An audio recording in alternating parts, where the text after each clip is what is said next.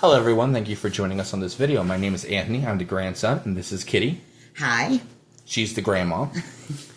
We're making a video for you today to explain a feature for Android and iPhone devices called the Do Not Disturb function. This is an especially useful function, especially when you're getting a lot of phone calls you don't want to listen to.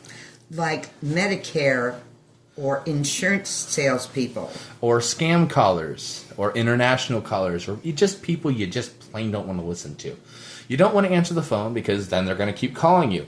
You don't want to ignore the phone and listen to the ringer all day, but you can't turn your ringer off because then you don't hear the important calls. Do Not Disturb function can help you with a lot of those problems. Today we're going to show you how to activate it on an Android device. Unfortunately, my expertise with iPhones and lack of access to an iPhone will make it difficult to explain how to do it on an iPhone. But the general location and features for an iPhone to Do Not Disturb are very similar, if not exact, to an Android. So today we're just going to show you how to do it on Android on Grandpa's phone. Say hi, Grandpa. Hi, Grandpa. Funny. Okay, so as you can see right here, I have the settings button here on my home page. There is usually an all apps page you can access it on, but if it's here, just tap it. As you can see, it brings up a bunch of options. You want to go to notifications. Notifications is where you can find everything from how to access your app notifications, lock screen, and most importantly, Do Not Disturb. Go ahead and give that a tap. As you can see, it brings up a menu with a bunch of different options. The very first one is Do Not Disturb slider for how long. Usually you just want this to set to until I turn it off and then hit OK. To activate Do Not Disturb, simply tap the slider. Please make sure it goes to the right. If it stays on the left, it won't activate, unfortunately. You can also set up scheduling to where it turns on at specific times of day. You simply tap Add Schedule. It'll slow down for a moment. You select what days, and then you can also set the time of day.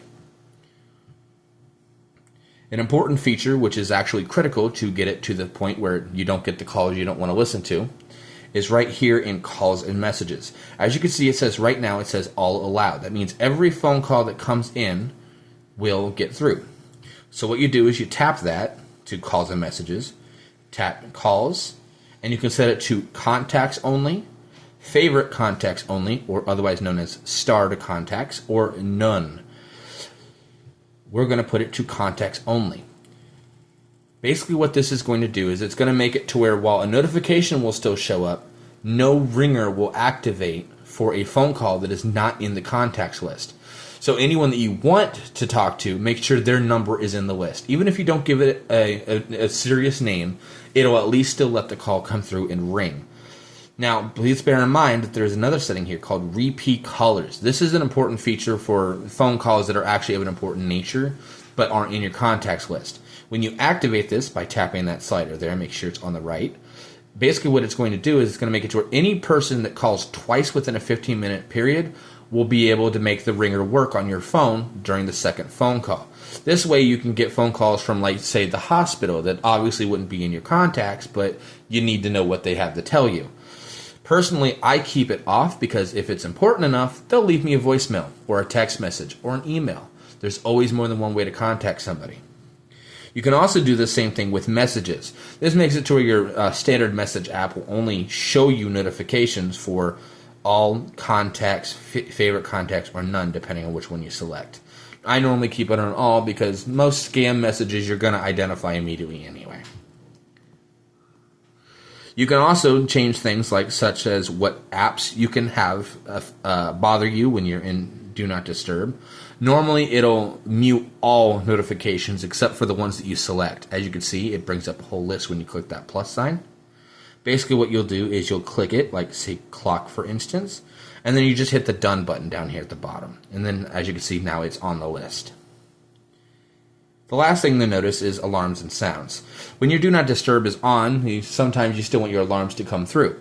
So naturally, there's an option to keep your alarms going through. Media sounds, such as your YouTube player or any videos you're watching or even music. You can also make it to where touch sounds, the tactile sounds like the deets and everything from when you're typing can be turned off or on. Calendar events and reminders are also options. Some phones will have more options than others. It just depends on which phone you have and how modern it is. And of course, there's a hide notifications option. This is full of a bunch of settings I'm not going to go over, but basically you can make it to where notifications don't even show up when your Do Not Disturb is active. Once you've done all that and activated Do Not Disturb, you can just go along your day. For those of you who are advanced users of your phone or more used to using your phone, there's another way to do this. Simply slide down from the top of your phone twice to bring up the larger menu. Scroll until you find the Do Not Disturb button. This is a quick action menu. You just tap it to turn it off or on and hold it to go straight to its settings. That is all for this tutorial. If you want to learn anything new about your phone, or if you have questions, concerns, or are confused about something, feel free to drop a line to us on Kid's Facebook page.